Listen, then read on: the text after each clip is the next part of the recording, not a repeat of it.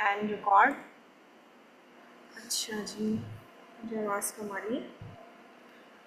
अच्छा, okay, so class we are going to start our lecture 2 today.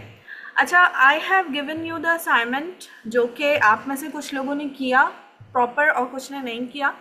I have given you the task, और जो आपको instructions दी जाए आपने वो फॉलो करनी है। मेन पर्पस असाइनमेंट का ये है, ठीक है। असाइनमेंट कोई इतने मुश्किल नहीं होने वाले, आपके ईजी असाइनमेंट्स होंगे।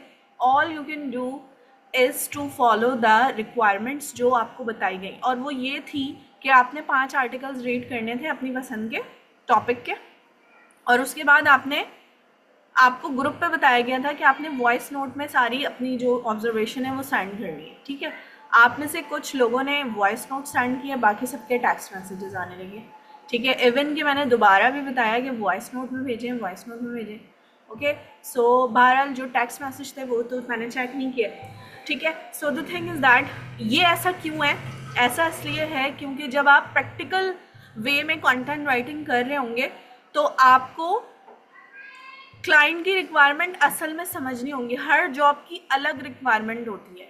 किसी को अगर आपसे आर्टिकल लिखवाना है, लेट सपोज गेमिंग पे, तो उसके कुछ और रूल्स एंड रेगुलेशंस होंगे, वो आपको कुछ और अपनी रिक्वायरमेंट्स बताएगा।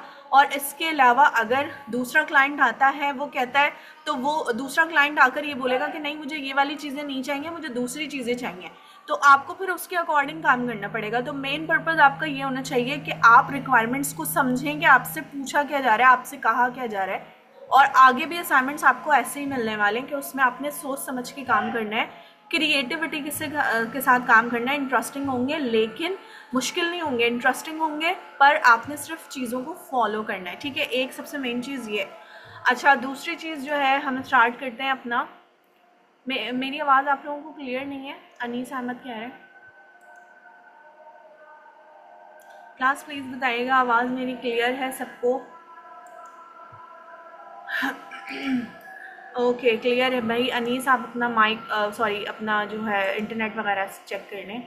अच्छा जी, आगे चलते हैं। आज हम क्या करने वाले हैं? आज हम करने वाले हैं कंटेंट राइटिंग स्ट्रैटेजी पे बात।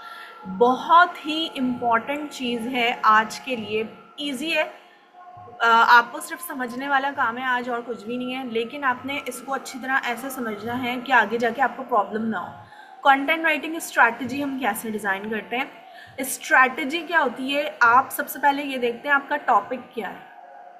बहुत सारे क्लाइंट्स आपके पास ऐसे आ सकते हैं जो आपको ऐसे ऐसे टॉपिक देंगे जिनका आपने कभी सोचा भी ना होगा, या जिनको जो है वो जिन चीज़ों का आपको बिल्कुल पता भी ना हो, ठीक है। When I was doing content writing, तो मुझे जो शुरू में कुछ क्लाइंट्स मिले, उनमें से एक जो मेरा बहुत लॉन्ग लास्टिंग क्लाइंट जो चला है, उसने मुझे काम दिया कंप्यूटर कंपोनेंट्स पे लिखने का, ठीक है। रैम रोम, ये CPUs, and I haven't studied computer in my whole life, ठीक है। सिर्फ प्रैक्टिकल चीज़ें पता है लेकिन उसकी थ्योरी व्यूरी ये वो चीज़ें नहीं पता। तो बहरहाल what did I do, I research a lot, ठीक है। रिसर्च की, और उसके बाद इवन के एक दफ़ा ऐसा भी किया कि कंप्यूटर मार्केट विजिट की, वहाँ पे डिफरेंट इक्विपमेंट्स देखे, उनकी जो सारी इंफॉर्मेशन थी वो ली, और उसके बाद उस पर काम किया। तो there are many other approaches. आपको इसी तरह से काम करना पड़ेगा। ऐसा नहीं होगा कि हर दफ़ा आपको आपकी मर्ज़ी का टॉपिक मिले, ठीक है। और कुछ फील्ड्स ऐसी होती हैं बस जिसमें स्पेशलाइजेशन चाहिए होती है, जैसे हेल्थ की नीश जो है, उस पर हेल्थ से रिलेटेड जो क्वालिफाइड लोग होते हैं ना, वही काम कर सकते हैं हेल्थ और मेडिकल में। तो मेडिकल अगर आप में से किसी ने पढ़ी हुई है तो आप लोग मेडिकल के आर्टिकल्स लिख सकते हैं, अदरवाइज आपको उसके लिए कंसीडर नहीं किया जाएगा, क्योंकि वो एक बहुत ज़्यादा कंसर्न नीश है जिसमें क्वालिफिकेशन चाहिए। अदर देन दैट बाकी की नीशेज़ में ऐसा इतना पॉसिबल नहीं है, मतलब इतना ज़्यादा ज़रूरी नहीं है ये चीज़, ठीक है। अच्छा, हम क्या कर रहे हैं? हाँ, हम देख रहे थे कि टॉपिक सिलेक्शन क्या है, आपका टॉपिक क्या है, टॉपिक के लिहाज से आप अपनी स्ट्रैटेजी प्लान करते हैं। अगर आप यंगस्टर्स के लिए कुछ लिख रहे हैं तो यंगस्टर्स के हिसाब से बात करेंगे। अगर आप बिजनेसमैन के लिए कुछ लिख रहे हैं, लेट सपोज कि कोई सॉफ्टवेयर डेवलप हुआ है, ठीक है, किसी भी ऑफिस से रिलेटेड या कुछ भी टूल है कोई, उसके बारे में आपने बताना है बिजनेसमैन को, ठीक है, बिजनेस कंपनीज को। तो अब उनसे आप उस तरह बात नहीं करेंगे जैसे आपने यंगस्टर्स के बारे में लिखा। उनसे आप उनकी लैंग्वेज में बात करेंगे, क्योंकि जो बिजनेसमैन होंगे, जो इस तरह के लोग होते हैं, उनके पास ज़्यादा टाइम नहीं होता, वो टू द पॉइंट क्विकली चीज़ों को ऑब्जर्व करते हैं। उनसे आप उनके मतलब की बात करेंगे कि ये टूल आप यूज़ करेंगे तो आपके काम में ईजीनेस हो जाएगी and you can do the your work better and smoothly online, ठीक है। लेकिन आप जब यंगस्टर्स से बात करेंगे तो अब आप उनको बातों में थोड़ी मैनिपुलेशन भी ला सकते हैं, बिजनेस वाले आर्टिकल में नहीं कर सकते आप ऐसा, ठीक है। तो ये टॉपिक सिलेक्शन की बात है, इसकी आगे मैं आपको एग्जांपल्स दिखाऊंगी, आपको और क्लियर होगा। कंटेंट का फॉर्मेट क्या है, डिफरेंट क्लाइंट्स की डिफरेंट रिक्वायरमेंट होती हैं। कुछ क्लाइंट्स ऐसे होते हैं जो कहते हैं कि भाई स्टोरी बनाओ और स्टोरी के अंदाज में लिखो, कुछ कहेंगे नहीं अपना एक्सपीरियंस लिखो, कुछ कहेंगे नहीं मुझे सिर्फ इन्फॉर्मेशन चाहिए। तो कंटेंट की फॉर्मेटिंग उस लिहाज से होती है, कुछ कन्वर्सेशनल टून्स भी होती हैं और कुछ जो है इन्फॉर्मेशनल भी हो सकती हैं, मतलब it depends again on topic and again on the requirements of the clients जो कि आपको काम दे रहा है। फिर उसके बाद राइटिंग स्टाइल आपका किस तरह का होना चाहिए, ये भी तकरीबन वही बात आ गई कि राइटिंग स्टाइल में आपकी टोन काउंटेबल है कि आप किसी से कैसे बात कर रहे हैं। अच्छा, इसकी एग्जांपल्स मैं आपको आगे दिखाती हूँ, वो फिर आपको ज़्यादा क्लियर होगी, ठीक है। और उसकी डिज़ाइनिंग, अच्छा डिज़ाइनिंग जो है वो वेब डिज़ाइनिंग में आ जाती है। हर वेबसाइट का डिज़ाइन डिफरेंट होता है। अगर आप एक ही टॉपिक पे भी डिफरेंट वेबसाइट्स को देखेंगे तो उनका जो डिज़ाइन है वो डिफरेंट होता है। तो डिज़ाइंस के हिसाब से भी क्लाइंट आपको बताता है कि आपने इस तरह से काम करना है इस वेबसाइट पे और आपने इस तरह से काम करना है, ठीक है। तो again it depends on the requirement, आपने उसको फॉलो करना होता है। अगर आप प्रॉपरली उसे फॉलो कर सकते हैं तो you are the best content writer. By my point of view सबसे बेस्ट कंटेंट राइटर वही है जो कि रिक्वायरमेंट्स को टू द पॉइंट फॉलो करे, ठीक है। अब चाहे उसकी राइटिंग उतनी हाई लेवल की हो कि ना हो, लेकिन वो रिक्वायरमेंट्स फॉलो करेगा तो उसका जो काम है ना वो नजर आएगा, ठीक है। आगे चलते हैं। सबसे पहली चीज जो है हमने ये देखनी है कि आपका गोल डिफाइन होना चाहिए कि आप करने क्या जा रहे हैं इस कंटेंट के थ्रू, क्या लिखने जा रहे हैं लोगों को, क्या आपने कोई इन्फॉर्मेशन देनी है, क्या आपने लोगों को कुछ नया बताना है, कोई कन्वर्जेंस चाहिए, आपको लोगों के ईमेल एड्रेसेस चाहिए उनको ईमेल्स भेजने के लिए, या आपको कोई प्रोडक्ट सेल करनी है, आपका गोल क्या है। तो आपके गोल के हिसाब से आप सोचते हैं, स्ट्रैटेजी प्लान करते हैं। इसमें जो है ब्रांड की अवेयरनेस भी इंक्रीज हो सकती है। कुछ नई वेबसाइट्स होती हैं जिन पे अगर आप काम करना शुरू करें तो उन वेबसाइट्स पे क्या होता है कि आप उनकी समझ लें, शुरू में तो हम एक ब्रांड अवेयरनेस क्रिएट कर रहे होते हैं ना, लोगों को बता रहे होते हैं कि दिस इज द वेबसाइट और इस वेबसाइट पे ये सारा काम हो रहा है। हम चलते हैं एक वेबसाइट पे, this is the website of cheap places to travel. अगर हम इस वेबसाइट को ऑब्जर्व करें तो ये ट्रैवलिंग से रिलेटेड वेबसाइट है, इसका आप लेआउट देखें कि किस तरह क्या है, ठीक है। फिर उसके बाद ये देखें, ठीक है। फिर उसके बाद जब हम नीचे आते हैं यहाँ पर इसके ब्लॉग्स में, तो इसके ब्लॉग्स किस तरह से लिखे हुए हैं ये आप देख सकते हैं। ट्रैवलिंग से रिलेटेड ब्लॉग्स हैं, तो ट्रैवलिंग से रिलेटेड इसमें बात की गई है, ठीक है। अब जो है इसकी जो टोन और इसका जो सारा यानी इसका जो गोल है वो ये है लोगों को सिर्फ इंफॉर्मेशन देना about the different travelling places, ठीक है। दूसरी अगर कोई और ऐसी वेबसाइट है तो उस वेबसाइट पे इंफॉर्मेशन के अलावा बहुत सारे लिंक्स भी हो सकते हैं। लेट्स सपोज कि अगर हम चलते हैं कौन सी वेबसाइट पे, अमेज़ोन पे चलते हैं, ठीक है। हम जाते हैं अमेज़ोन पे, amazon.com, और अब हम देखते हैं कि अमेज़ोन पे किस तरह से काम होता है। अमेज़ोन तो एक ई कॉमर्स वेबसाइट है, इस पर डिफरेंट आपको प्रोडक्ट्स नज़र आती हैं, ठीक है। अब आप प्रोडक्ट्स पे अगर क्लिक करें, लेट्स सपोज यही गेमिंग इक्विपमेंट्स पे अगर आप क्लिक करें, जैसे ये इस तरह के मॉनिटर्स हैं, तो अगर आप इन पे क्लिक कर रहे हैं तो आपको यहाँ पर सिर्फ इन प्रोडक्ट्स की और भी वेबसाइट्स होती हैं जो कि अमेज़ोन के प्रोडक्ट्स को प्रमोट कर रही होती हैं। तो उनका काम क्या होता है, उनका काम ये होता है कि लोगों को लिंक्स पे क्लिक करवा के प्रोडक्ट खरीदने के लिए ना परसुएट करना, ठीक है। लोगों को इस बात के लिए कायल करना कि आप ये प्रोडक्ट खरीद लो, ये आपके लिए बहुत काम की चीज़ है, ठीक है। तो अमेज़ोन तो एक ई कॉमर्स वेबसाइट है, उस पर सिर्फ और सिर्फ प्रोडक्ट्स हैं।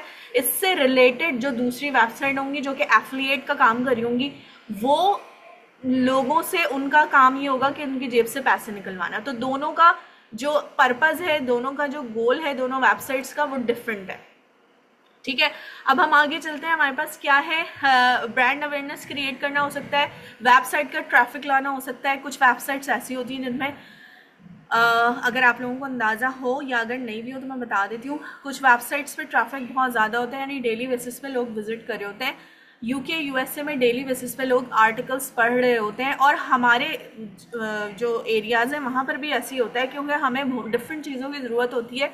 तो हम जो है वो डेली बेसिस पे कुछ ना कुछ सर्च करते हैं गूगल पे, ठीक है। तो उसके अकॉर्डिंग, टॉपिक के अकॉर्डिंग जो है वेबसाइट को ट्रैफिक मिल रहा होता है। अगर आपकी टॉपिक और अगर आपकी वेबसाइट इतनी अच्छी तरह से आपने बिल्ड की हुई है, उस पर कॉन्टेंट इतना अच्छा है, तो लोग ज़्यादा उस पर विजिट करते हैं। आज लेट सपोज मैंने एक वेबसाइट विजिट की, मुझे अच्छा लगा कि उसका कंटेंट वगैरह अच्छा है। अब कल मुझे दोबारा से मुझे मूड हुआ कि मैं उस वेबसाइट पर और आर्टिकल्स पढूं, तो मैं उस वेबसाइट के और आर्टिकल्स पढ़ना शुरू कर दूंगी और कल उसको दोबारा विजिट करूंगी, दोबारा उसे ट्रैफिक मिलेगा क्योंकि वो एक अच्छी वेबसाइट है। तो इस तरह से वेबसाइट का ट्रैफिक जनरेट हो सकता है, लीड्स जनरेट हो सकती हैं। लीड्स क्या कि लेट सपोज कि अगर आप कोई प्रोडक्ट ही सेल कर रहे हैं, ठीक है, तो उस प्रोडक्ट से रिलेटेड लोग आपसे इंफॉर्मेशन लेना शुरू कर दें, सिर्फ इंफॉर्मेशन। अभी आपसे वो ये नहीं कह रहे कि हमें ये प्रोडक्ट बेच दो, सिर्फ आपसे इंफॉर्मेशन ले रहे हैं कि अगर आपने लेट सपोज कि कोई इक्विपमेंट आप बेच रहे हैं अपनी वेबसाइट पे, तो आपसे लोग ये पूछें कि ये कितने का है, इसमें क्या क्या फीचर्स हैं, ये हमारे जो एरिया है वहाँ पर डिलीवर हो सकता है। तो ये सारी लीड्स हैं जिसमें अभी बेचने वाली बात नहीं आई है, अभी सिर्फ इंफॉर्मेशन वाली बात आई है।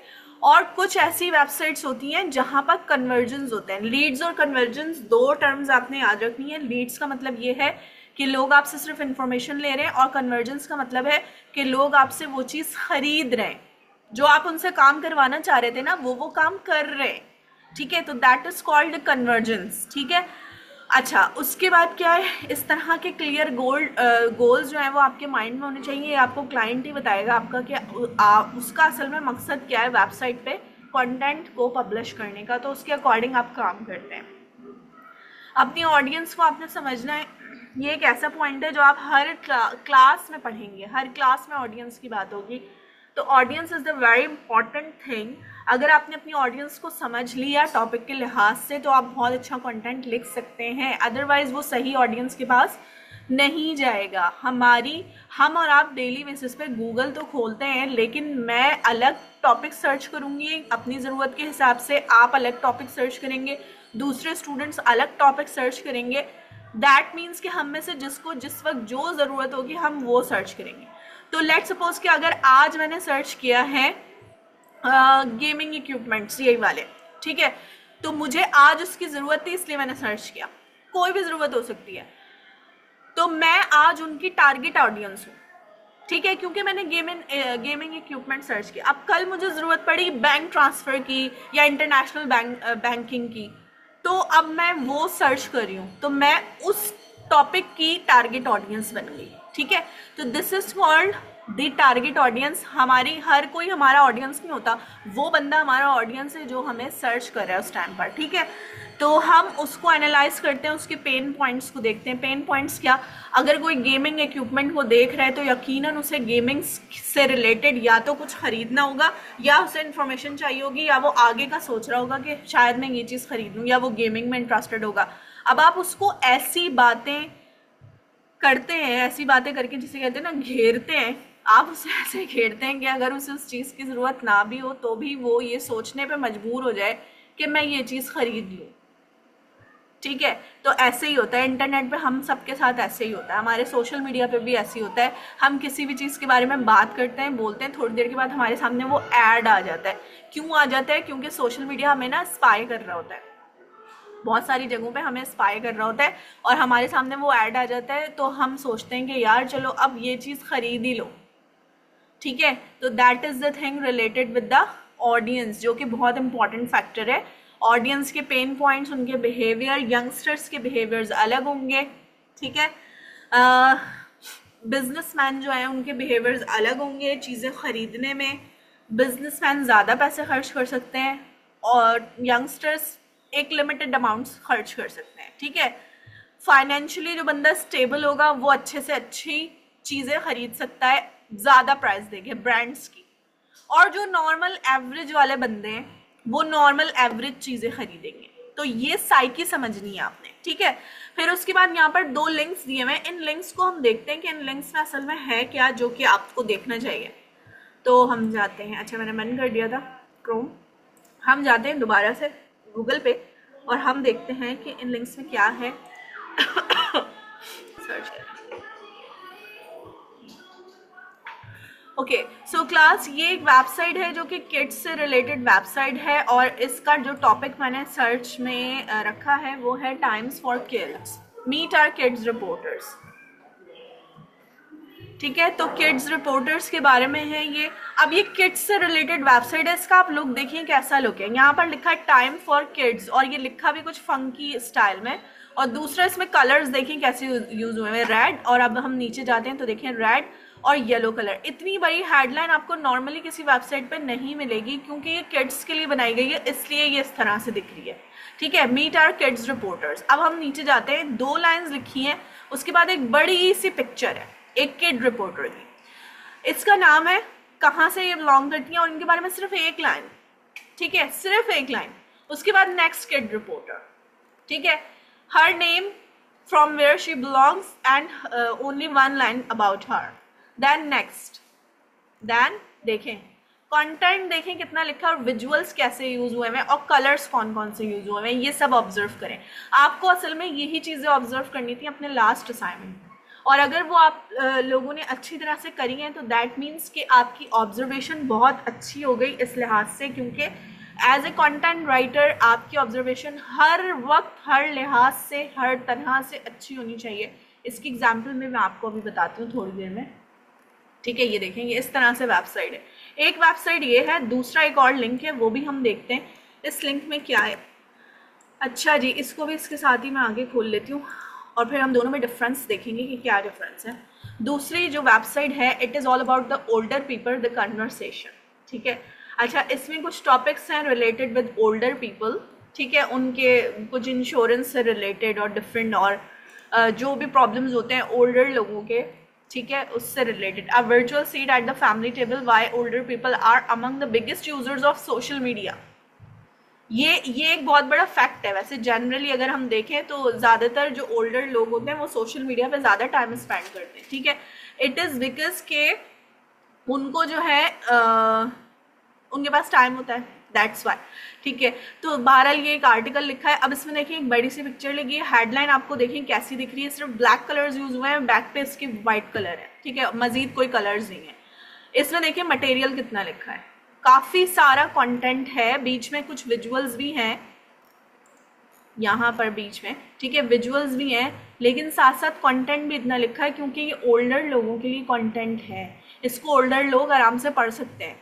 लेकिन kids are not really interested in reading much of the content, उनको विजुअल्स से मतलब होगा। अगर ये वेबसाइट किड्स से रिलेटेड है तो ये बहुत अच्छी रनिंग वाली वेबसाइट होगी क्योंकि इसमें उन्होंने चीज़ें ऐसे ऐड की हैं। अब आपको डिफरेंस समझ में आ रहा होगा कि मैं असल में बात क्या कर रही हूँ कि हम ऑडियंस से रिलेटेड कितना डिफरेंस हमें रखना चाहिए।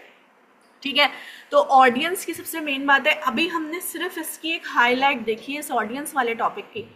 इसकी डेप्थ हम देखेंगे आगे की क्लासेस में, हम बहुत ज़्यादा डेप्थ में पढ़ने वाले हैं कि असल में ऑडियंस को आपने रिकॉग्नाइज कैसे करना है, वो चीज़ आपको ज़्यादा क्लियर होगी। अभी सिर्फ एक स्ट्रैटेजी पे बात हो रही है कि स्ट्रैटेजी कैसे प्लानिंग करनी है, अपना माइंड कैसे बनाना है, आउटलाइन कैसे बनानी है कि आपने अपना कंटेंट लिखना कैसे है।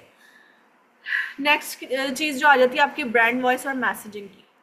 हम और आप में से जितने लोग किसी कंपनी में जॉब कर चुके हैं या अभी भी कर रहे हैं, या कोई टीचिंग करता होगा, कोई मेडिकल से रिलेटेड कोई काम कर रहा होगा, या कुछ भी आप जो भी काम करें, तो आप जिस भी कंपनी के साथ, जिस भी जगह में, जिसके किसी के भी साथ आप काम करें, आप उसकी एक ब्रांड वॉइस बन जाते हैं।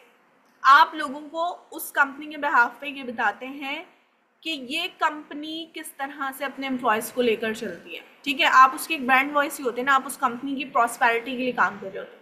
यहाँ पर भी आपने बिल्कुल यही करना है। जब आप किसी भी वेबसाइट के लिए कंटेंट लिख रहे हैं, किसी क्लाइंट के लिए काम करें, क्लाइंट की रिक्वायरमेंट को आप पूरा करेंगे और उसके अलावा उसकी जो एक ब्रांड बनी हुई है, लेट सपोज के अगर मैं इस ट्रैवलिंग, अभी जो मैंने आपको ट्रैवलिंग वाली वेबसाइट दिखाई, अगर मैं इसके लिए काम कर रही हूँ travelling, cheap places to travels के लिए, तो I must use their brand voice and I must use के मतलब दिस इज़ द ब्रांड, और ये लोग इस तरह से ऑफर करते हैं ट्रैवलर्स को, और ये इस तरह से जो है वो ट्रैवलर्स को जो है इन्फॉर्मेशन दे रहे होते हैं। ठीक है, तो मैं इस टीम का एक पार्ट हूँ। समझने, ठीक है। तो मैं आपको ऐसी एक एग्जांपल दे रही हूँ।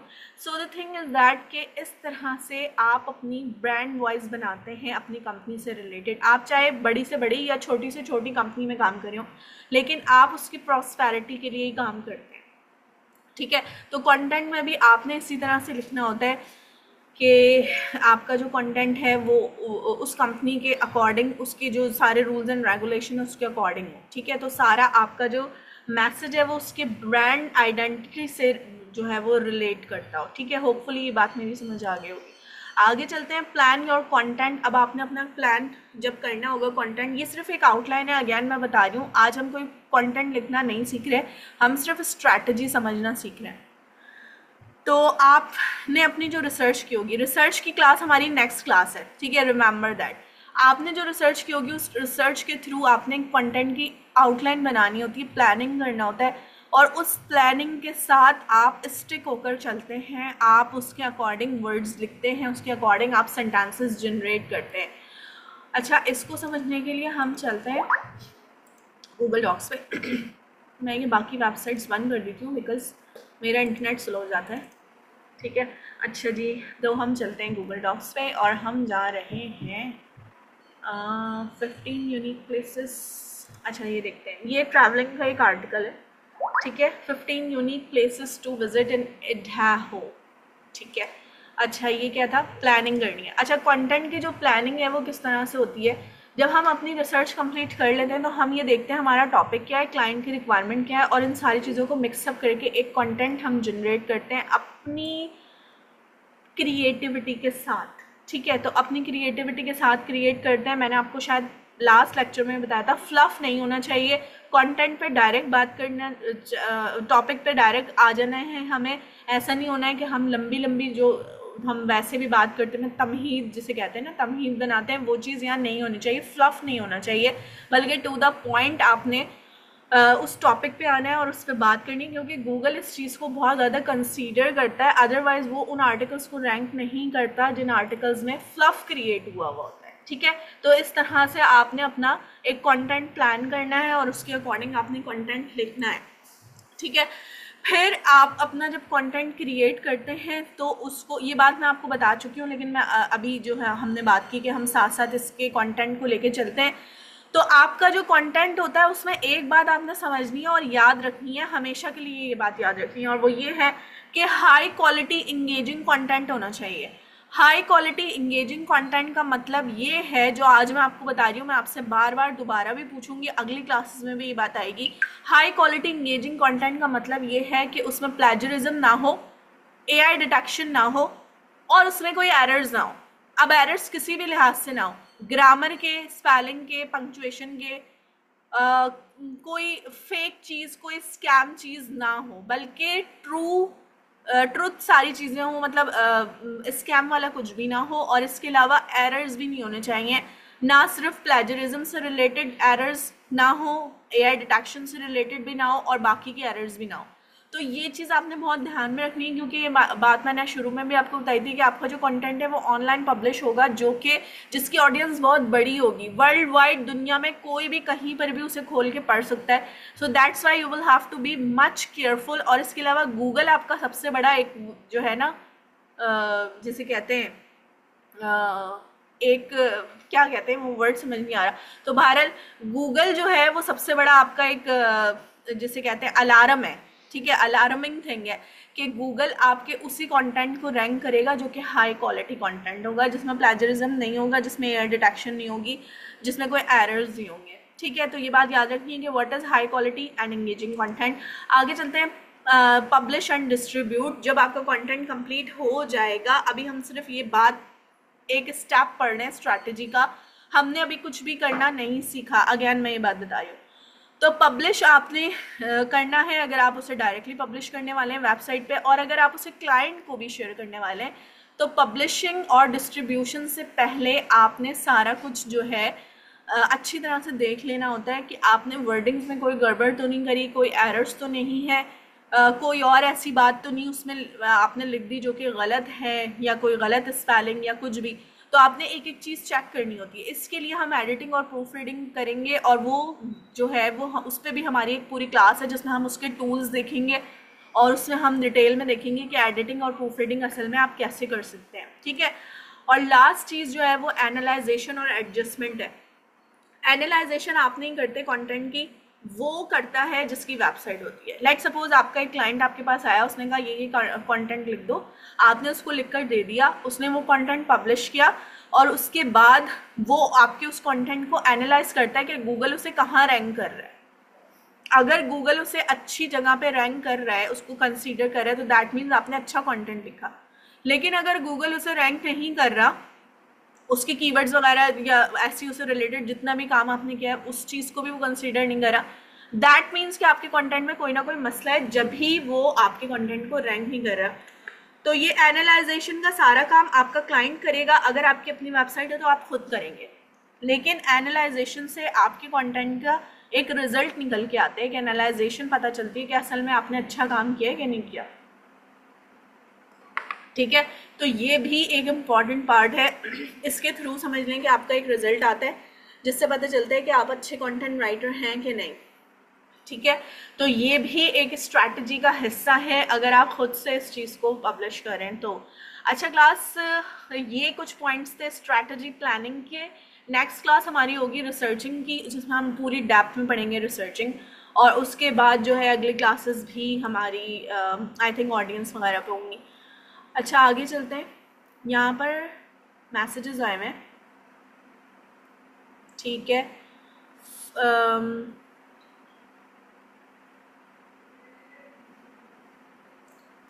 जूम के थ्रू फरहत क्या कहना चाह रही हैं? अच्छा कल ग्रुप में ऐड हुई हैं आप? फरहत आप कल ग्रुप में ऐड हुई हैं, कोई मसला नहीं है। मैं आज आप लोगों को ना फर्स्ट लेक्चर का लिंक भी शेयर कर दूंगी इस वाले लेक्चर की रिकॉर्डिंग के साथ इंशाल्लाह। कल मैं भूल गई थी, आज मैं शेयर कर दूंगी, तो आप दोनों लेक्चर्स देख लें और फिर you can ask me the questions, ठीक है। हाँ जी रिकॉर्डिंग मिलेगी बिल्कुल, after some time I will be sending the recording in the group. अच्छा आप लोग जो है एक बात याद रखें, इस क्लास के बाद आपकी ग्रुप प्राइवेसी ऑन होगी, वहाँ पे आप अपने क्वेश्चंस कर सकते हैं according to the class content जो भी आज आपने पढ़ा। उसके 1 घंटे के बाद मैं आपसे रिकॉर्डिंग शेयर करूंगी, और जब रिकॉर्डिंग शेयर होगी तो आपके ग्रुप में प्राइवेसी लग जाएगी ताकि वो रिकॉर्डिंग सबको मिल जाए, अदरवाइज वो मैसेजेस में कहीं गुम हो जाएगी, ठीक है। तो इस बात को याद रखना है। अभी आपकी प्राइवेसी ऑन हो जाएगी तो आपने सिर्फ क्वेश्चंस करने हैं रिलेटेड विद द क्लास आज की जो हुई है, और 1 घंटे बाद मैं आपको रिकॉर्डिंग का लिंक शेयर करूंगी, ठीक है। अच्छा what about chat GPT? Laiba क्या बात पूछना चाह रही हैं चैट जीपीटी से? चैट जीपीटी से हम कोई कंटेंट जनरेट नहीं करने वाले, क्योंकि अगर आपने ऐसा किया तो गूगल आपके कंटेंट को रैंक नहीं करेगा, आपका क्लाइंट आपको जो है दोबारा काम नहीं देगा।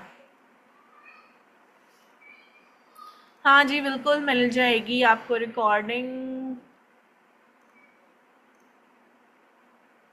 नहीं पीपीटीज नहीं मिलेंगी, क्योंकि ये आपके नोट्स नहीं बन रहे, आपका स्कूल नहीं है जिसमें आपको नोट्स दे दिए जाएं। द थिंग इज दैट आपको रिकॉर्डिंग मिल रही है, वो रिकॉर्डिंग आप सुने, उसमें सामने आपके स्क्रीन भी चल रही होगी, उस सारी चीज़ों को आप देखें, अपने पास खुद से नोट्स या पॉइंट्स बनाएं या उसको हाईलाइट करें, लेकिन आपको जो कहते हैं ना छपाई करने वाले नोट्स नहीं मिलेंगे, ठीक है। इसलिए क्योंकि ये कोई स्कूल एजुकेशन नहीं है, this is all about your creativity. आप जितने क्रिएटिव होंगे उतना अच्छा आप कंटेंट राइटिंग में काम करेंगे, अदरवाइज बाकी चीज़ें नहीं चलती।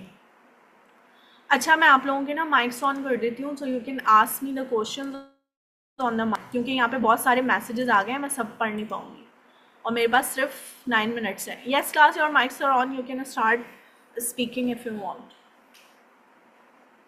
अस्सलाम वालेकुम मैम। वालेकुम अस्सलाम।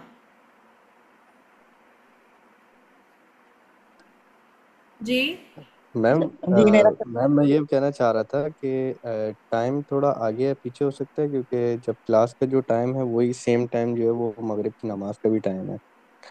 तो अच्छा इसको ज़रा जी, क्योंकि फिर नमाज निकल जाती है, फिर वो अकेले पढ़नी पड़ती है, नमाज लेट पढ़नी पड़ती है, तो इस तरह। अच्छा जावेद, ऐसा है कि हमारा जो हमारे स्टूडेंट्स ना ऑल ओवर पाकिस्तान से होते हैं। अब बहुत सारी जगहों में नमाज का टाइम होता है, ठीक है। अगर ये चेंज करेंगे तो दूसरी जगहों का नमाज का टाइम होगा, ठीक है। सो ये थोड़ा सा जो है वो आप लोगों को देखना पड़ेगा कि आप ऑल्टरनेट डेज में जब क्लासेस होती हैं तो मैनेज करना पड़ेगा थोड़ा सा, ठीक है। क्योंकि आगे रमज़ान आ जाएंगे, रमज़ान में फिर हमारी टाइमिंग थोड़ी सी चेंज हो जाएगी, वो मगरिब वाला टाइम नहीं होगा, वो आगे बढ़ जाएगा, ठीक है। कुछ दिन की बात है ये। अच्छा जी, डीप सीक से कंटेंट नहीं भाई, एआई टूल्स की अभी बात ही नहीं करें, बिल्कुल भी बात नहीं करें। डीप सीक, चैट जीपीटी, कोई भी एआई टूल आपने यूज़ करके काम किया तो आपका कोई फ़ायदा नहीं है। फिर आपके एज ए कंटेंट राइटर होने का क्या फ़ायदा है? एआई टूल से तो कोई भी कंटेंट जनरेट करके दे सकता है। What's the point of being content writer, or what's the point of being enrolled here in this course? तो आपको एआई टूल्स की भी बात नहीं करनी। जब मैं आपको बताऊंगी कि किस तरह से एआई टूल से आइडियाज निकालने, then you can use it. अभी आपने असाइनमेंट्स में भी इसको यूज नहीं करना, ठीक है। Because I just want to you know I just want to make you creative, और वो क्रिएटिविटी तभी आएगी जब आप उसकी प्रैक्टिस करेंगे।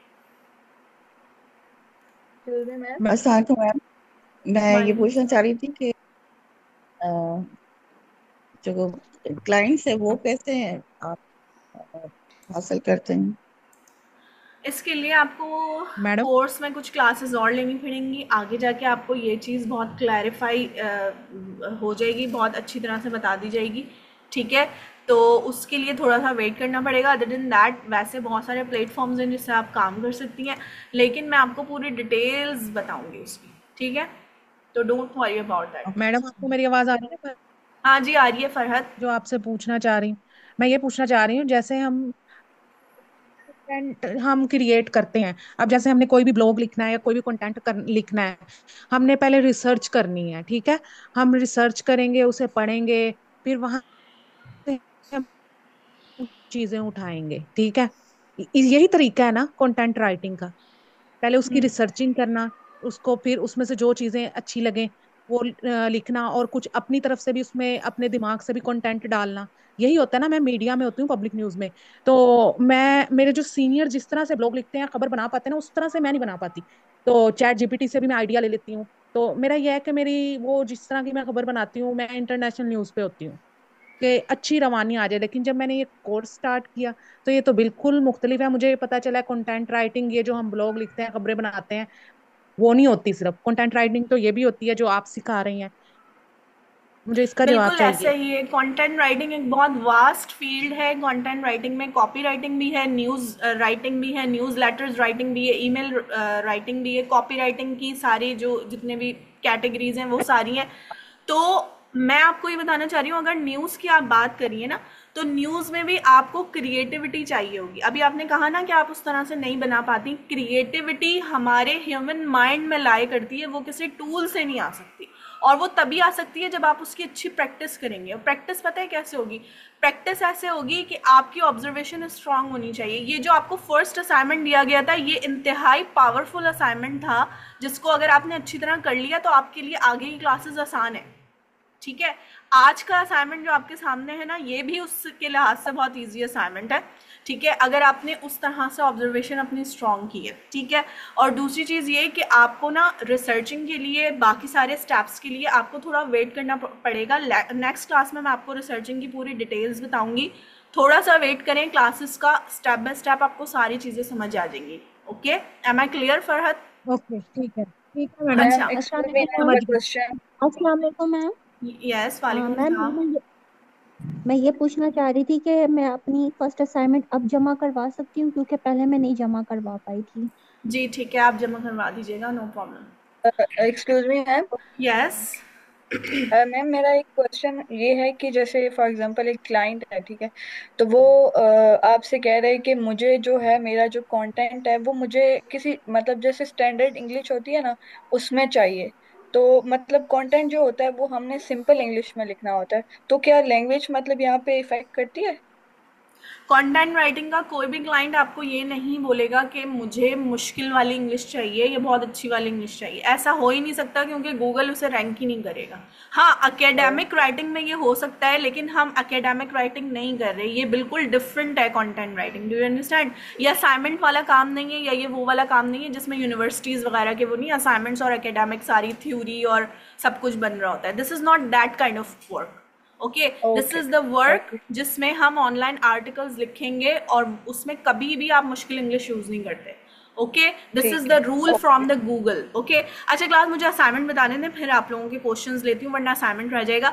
असाइनमेंट आपका ये है कि you will have to suppose के you are going to write about some famous clothing brand. कोई भी ब्रांड ले लें, सना सफीनाज ले लें, मारिया भी ले लें, या जो भी आप यूज करते हैं, जेंट्स के ब्रांड्स ले लें, कोई सा भी, ठीक है।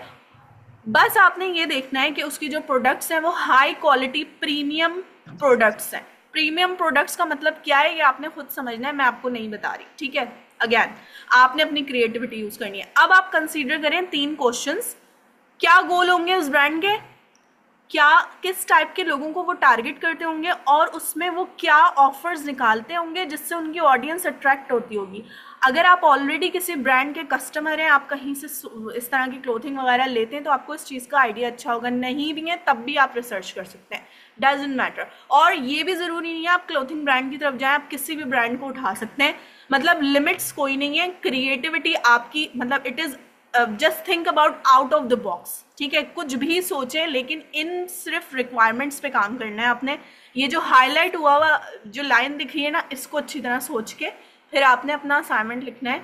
सिर्फ 2 से 3 लाइंस लिखनी है एक एक क्वेश्चन के लिए, कि उसके गोल्स क्या हैं, किस टाइप के लोगों को वो टारगेट कर रहे हैं, और क्या ऑडियंस को वो ऑफर करते हैं, ठीक है। Do you understand that? मेरे पास सिर्फ 1 मिनट है। 1 मिनट में अगर कोई एक स्टूडेंट क्वेश्चन कर सकते हैं तो कर ले, otherwise rest of the questions we will be having on WhatsApp group, ठीक है। Ma'am, is it necessary to submit our assignment on WhatsApp and Facebook group? On FB group only. WhatsApp group पे तो हमने सिर्फ first assignment किया था, अब आप लोग सारे असाइनमेंट्स FB ग्रुप पे सबमिट करेंगे, and it is necessary bye DSC management. ये वो क्या करें? जी, जिनके पास फेसबुक नहीं है वो क्या करें? क्योंकि फेसबुक के किसी को घर में नहीं होती, you तो can हम नहीं बना contact सकते to वो। the DSC team. I cannot do anything because these are the rules from them. आपका ना वहाँ पे एक पोर्टफोलियो बनता है, अगर आप उस ग्रुप पे जाके अपना नाम टाइप करेंगे ना, तो आपके सारे असाइनमेंट्स एक जगह आ जाएंगे। तो that means that is your portfolio, that's why it is really necessary from the DSC management. Okay, और मैम अगर कोई नहीं सबमिट करवाता कोई भी असाइनमेंट, तो क्या उसको सर्टिफिकेट नहीं दिया जाएगा? of course that is for your practice.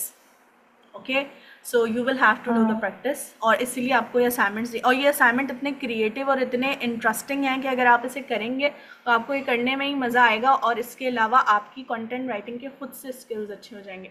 अच्छा class, now it's time to say goodbye to everybody. बेटा टाइम नहीं है, क्लास एंड हो जाएगी, क्लास एंड हो जाएगी, दैट्स व्हाई। जी जी, मटेरियल कितना चाहिए असाइनमेंट के लिए? मटेरियल असाइनमेंट के लिए कितना चाहिए? 2 लाइंस लिखनी है सिर्फ एक एक क्वेश्चन के लिए, और 2 लाइन से भी कम लिख सकते हैं, लेकिन बस समझ में आना चाहिए कि आप कर क्या रहे हैं, आप लिख क्या रहे हैं, ठीक है। इट इज़ नॉट नेसेसरी कि बहुत सारे वर्ड्स ऐड करें। Okay class, so thank you so much from my side. Rest of the things you will be asking on WhatsApp group. अल्लाह हाफिज़।